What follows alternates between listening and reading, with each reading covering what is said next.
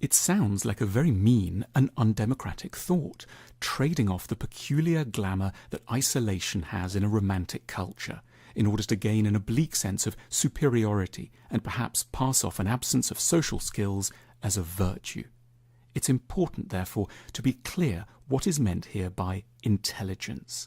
It has nothing to do with degrees or any of the criteria by which we ordinarily measure cleverness. What is meant is emotional intelligence, which exists or not in every strata and nook of society. Emotional intelligence means a capacity for self-honesty and self-observation. It means a knack for opening oneself up to the stranger, more exciting, less easily admissible aspects of oneself, and at the same time for noticing the many beautiful, peculiar and profound experiences and sensations passing through consciousness. We're not really used to doing this. We cleave tightly to reassuring notions of what normal people are like, which means we exclude a lot, often the richest bit, of what we truly feel, want and think. We edit out our more generous, wilder, more impatient, more terrifying sides, leaving only the socially admissible husk that we artfully pretend is who we are. And simultaneously we ensure that we're never far from something that can take us powerfully away from ourselves, and so we miss out on the troubling wonders that streak across the mental horizon at every instant. Most of what is in our minds remains unfelt and unseen, troubling us only in the small hours. Insomnia is the revenge for all that we tried so hard not to notice in the daylight. In this context, emotional intelligence emerges as a species of courage directed at vanquishing not an external enemy, but a fear of being weird or of going mad. A certain sort of intelligent person is above all else a superior and more committed reporter of their inner states.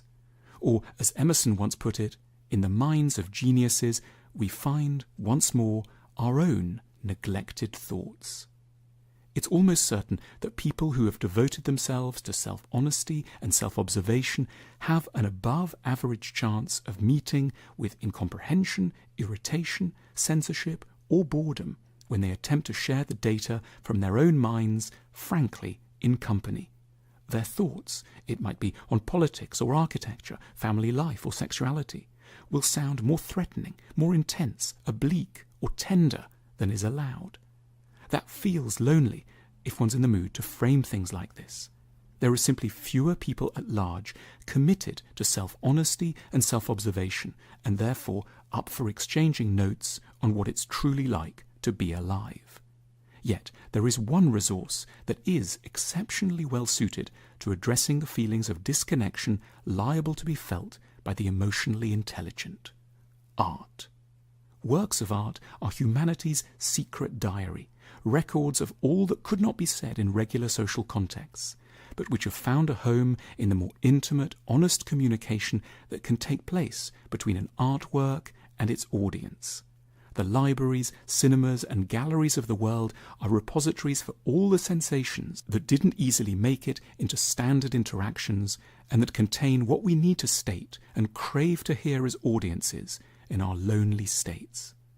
Therefore, while emotionally intelligent people may have an uncommonly hard time not being lonely with a person, they have an unusually easy time finding company with people who are not in the room, the fancy term for what we call art. We have perhaps overprivileged certain standard notions of friendship. We may just have to accept that our best friends could have died 250 years ago and be chatting to us via dabs of paint or within rhyming pentameters.